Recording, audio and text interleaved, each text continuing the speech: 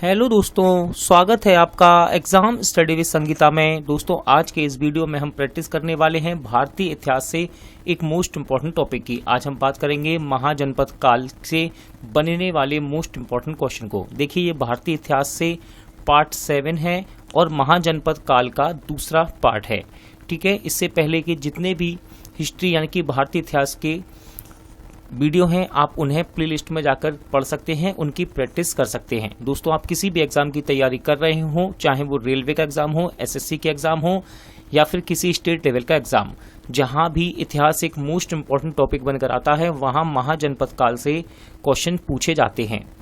देखिए, यदि आपको ये वीडियो अच्छा लगे, हेल्पफुल लगे, तो प्लीज़ वीडियो को लाइक और शेयर जरूर कीजिएगा। और यदि अब तक आपने हमारे चैनल को सब्सक्राइब नहीं किया है तो प्लीज़ चैनल को सब्सक्राइब जरूर कीजिएगा, जिससे कि आपको मेरे आने वाले नए वीडियो का नोटिफिकेशन टाइम पर मिलता रहे। तो चलिए हम अपनी क्लास शुरू करते हैं। क्वेश्चन 31 है, भारत में सिक्कों अथवा मुद्रा का प्रचलन कब हुआ? क्वेश्चन है, भारत में सिक्कों अथवा मुद्रा का प्रचलन कब हुआ? सही आंसर है 600 ईसा पूर्व में। कब? 600 ईसा पूर्व में। अगला क्वेश्चन है, निम्न राजाओं पर विचार कीजिए। देखिए, यहाँ पर राजा दिए हैं आपको, इनका नाम है, पहला है अजातशत्रु, फिर है बिंदुसार, इसके बाद है प्रसेनजित। और कह रहा है इनमें से कौन बुद्ध के समकालीन थे? आप अच्छे से पढ़िए, इनको देखिए और फिर आंसर लगाइए वीडियो को रोककर। इंपॉर्टेंट क्वेश्चन है ये। देखिए, फिलहाल मैं आपको इसका आंसर बताता हूँ। सही आंसर है ऑप्शन सी। ठीक है, तो ऑप्शन सी में क्या क्या आया? पहला और तीसरा, यानी कि अजातशत्रु और प्रसेनजित, ये दोनों ही बुद्ध यानी कि भगवान बुद्ध के समकालीन थे। छठी सदी ईसा पूर्व के दौरान बड़े राज्यों के उदय का मुख्य कारण क्या था? क्वेश्चन है, छठी सदी ईसा पूर्व के दौरान बड़े राज्यों के उदय का मुख्य कारण क्या था? राइट आंसर है इसका ऑप्शन ए। देखिए, उत्तर प्रदेश और बिहार में व्यापक पैमाने पर लोहे का उपयोग। ठीक है, उत्तर प्रदेश और बिहार में व्यापक पैमाने पर लोहे का उपयोग, ये था आपका छठी सदी ईसा पूर्व के दौरान बड़े राज्यों के उदय का कारण। क्वेश्चन नंबर 33 हो गया। अब देखते हैं 34। मगध सम्राट बिंबिसार ने अपने राजवैद्य जीवक को किस राज्य के राजा की चिकित्सा के लिए भेजा था? क्वेश्चन है, मगध सम्राट बिंबिसार ने अपने राजवैद्य जीवक को किस राज्य के राजा की चिकित्सा के लिए भेजा? सही आंसर है अवंती। क्या आंसर है इसका सही? अवंती के राजा के लिए। किस शासक ने अवंती को जीत कर मगध का हिस्सा बना दिया? क्वेश्चन नंबर 35 है, किस राजा शासक ने अवंती को जीत कर मगध का हिस्सा बना दिया? सही आंसर है शिशुनाग। किस मगध सम्राट ने अंग का विलय अपने राज्य में कर लिया? क्वेश्चन है, किस मगध सम्राट ने अंग का विलय अपने राज्य में कर लिया? सही आंसर इसका बिंबिसार। क्या है इसका सही आंसर? बिंबिसार।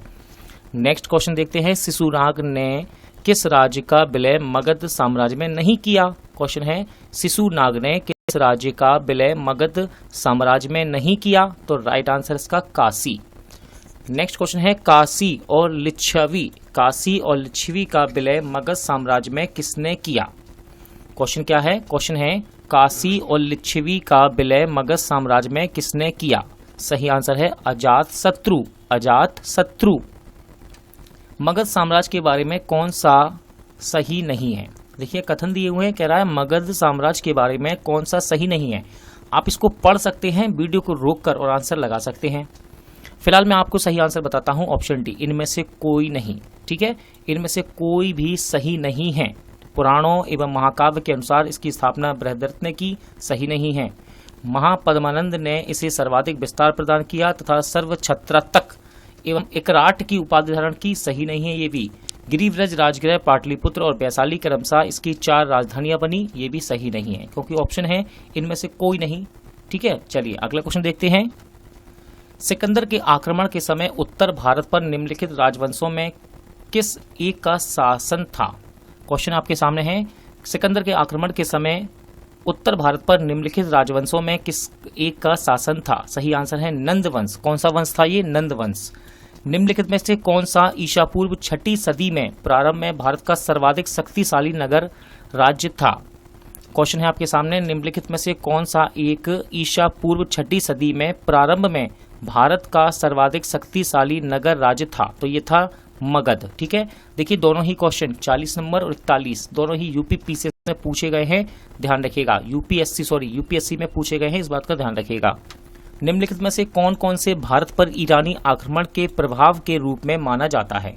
निम्न में से कौन कौन से भारत पर ईरानी आक्रमण के प्रभाव के रूप में माना जाता है? देखिए इसको पढ़िए, वीडियो को रोककर और आंसर लगाइए, जिससे कि आपको यहाँ पर अच्छे से याद हो जाए ये क्वेश्चन। ठीक है, फिलहाल चलिए मैं आपको इसका आंसर बताता हूँ। सही आंसर है ऑप्शन डी, पहला, दूसरा, तीसरा, चौथा, पांचवा, ये सही है क्रम।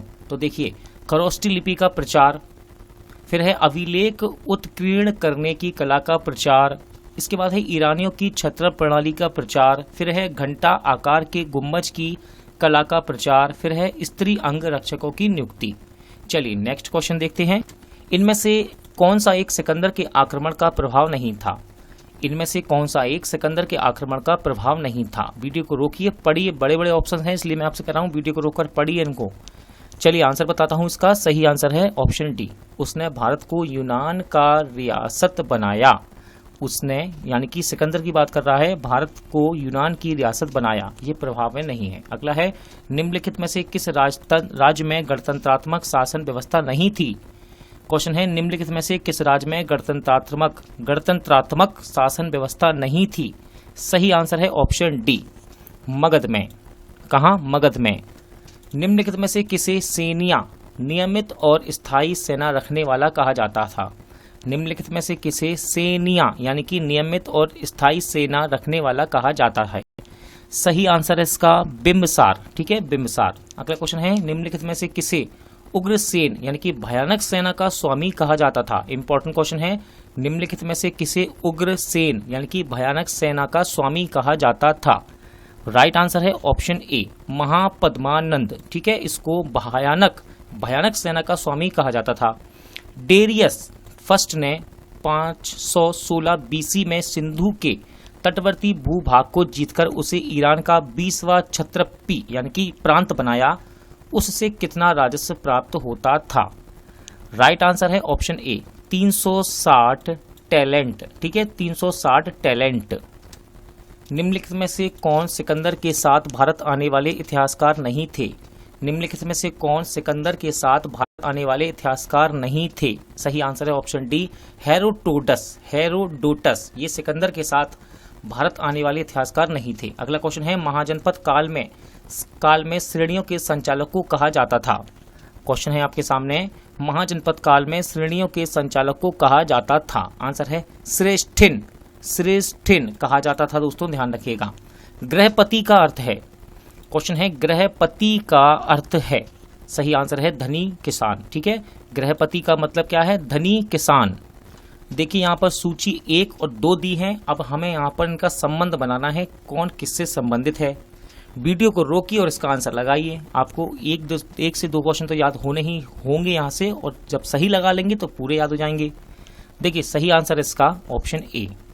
सही आंसर क्या है इसका? ऑप्शन ए, यानी कि ये पहले से ही मैच हैं, बस आपको याद रखना है। देखिए अष्टकुलक, इसका संबंध है परामर्शदायी संस्था से। फिर है महामात्र का संबंध है उच्च कोटि के अधिकारी से।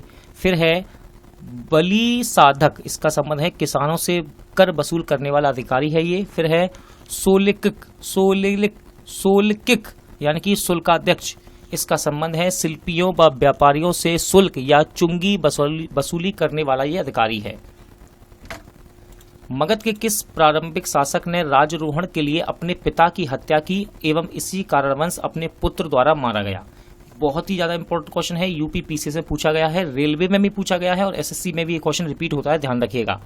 मगध के किस प्रारंभिक शासक ने राजरोहण के लिए अपने पिता की हत्या की एवं इसी कारणवश अपने पुत्र द्वारा मारा गया? सही आंसर है ऑप्शन बी, अजातशत्रु। देखिए मैंने कहा रिपीट होता है, इसका मतलब है दोस्तों जब हम प्रैक्टिस सेट लगाते हैं तब आपको प्रैक्टिस सेट में ये क्वेश्चन देखने को मिलते हैं, ठीक है। क्योंकि किसी व्यक्ति को ऐसा याद नहीं हो सकता भाई कि ये रेलवे में पूछा गया, ये एसएससी में पूछा गया, लेकिन देखिए यहाँ पर लिखा है यूपीपीसी से पूछा गया है ये, और इसको मैंने रेलवे के प्रैक्टिस सेट में भी कई बार देखा है बुकों में। मेरा कहने का ये अर्थ होता है, इस बात को ध्यान रखिएगा। चलिए अगला क्वेश्चन देखते हैं। विश्व का पहला गणतंत्र वैशाली में किसके द्वारा स्थापित किया गया? विश्व का पहला गणतंत्र वैशाली में किसके द्वारा स्थापित किया गया? राइट आंसर है ऑप्शन डी, लिच्छवी। ठीक है, देखिए क्वेश्चन एग्जाम में पूछा गया है 2008 में ये। अगला क्वेश्चन देखते हैं, यहाँ पर सूची है, इसको पढ़ेंगे हम। महाजनपद हैं, उनकी राजधानियां हैं। देखिए महाजनपद हैं और राजधानियां हैं। वीडियो को रोकिए और इसका आंसर लगाइए। एक दो तो आपको याद होंगी, यदि आपका आंसर सही निकला तो भाई सारी याद आपको यहाँ हो सकती हैं। यूपी पीसीएस में क्वेश्चन पूछा गया है ये। सही आंसर है इसका दोस्तों ऑप्शन बी, 54 का सही आंसर है ऑप्शन बी। चलिए मिलाते हैं। कुरु महाजनपद की राजधानी थी आपकी इंद्रप्रस्थ। ठीक है, इसके बाद है आपका पांचाल की जनपद की राजधानी थी आहीचित्र। फिर है कौशल महाजनपद की राजधानी थी साकेत। इसके बाद है बत्स की राजधानी थी कौशाम्बी। क्या थी? कौशाम्बी। निम्न में कौन एक बौद्ध ग्रंथ 16 महाजनपदों का उल्लेख करता है? इंपॉर्टेंट क्वेश्चन है, यूपी पीसीएस में पूछा गया है, रेलवे के प्रैक्टिस सेट में बार बार देखने को मिलता है, ये एक्सपेक्टेड क्वेश्चन रहता है।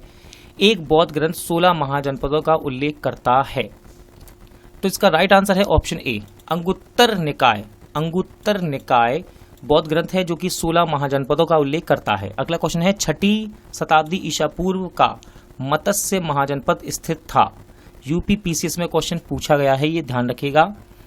सही आंसर इसका राजस्थान। 6ठी शताब्दी ईसा पूर्व का मत्स्य महाजनपद कहाँ स्थित था? राजस्थान में। अगला क्वेश्चन है, निम्नलिखित में से किस एक नदी को पहले बितस्ता के नाम से जाना जाता था? निम्नलिखित में से किस एक नदी को पहले बितस्ता के नाम से जाना जाता था? राइट आंसर है झेलम नदी को। एनडीए के एग्जाम में ये क्वेश्चन पूछा गया है।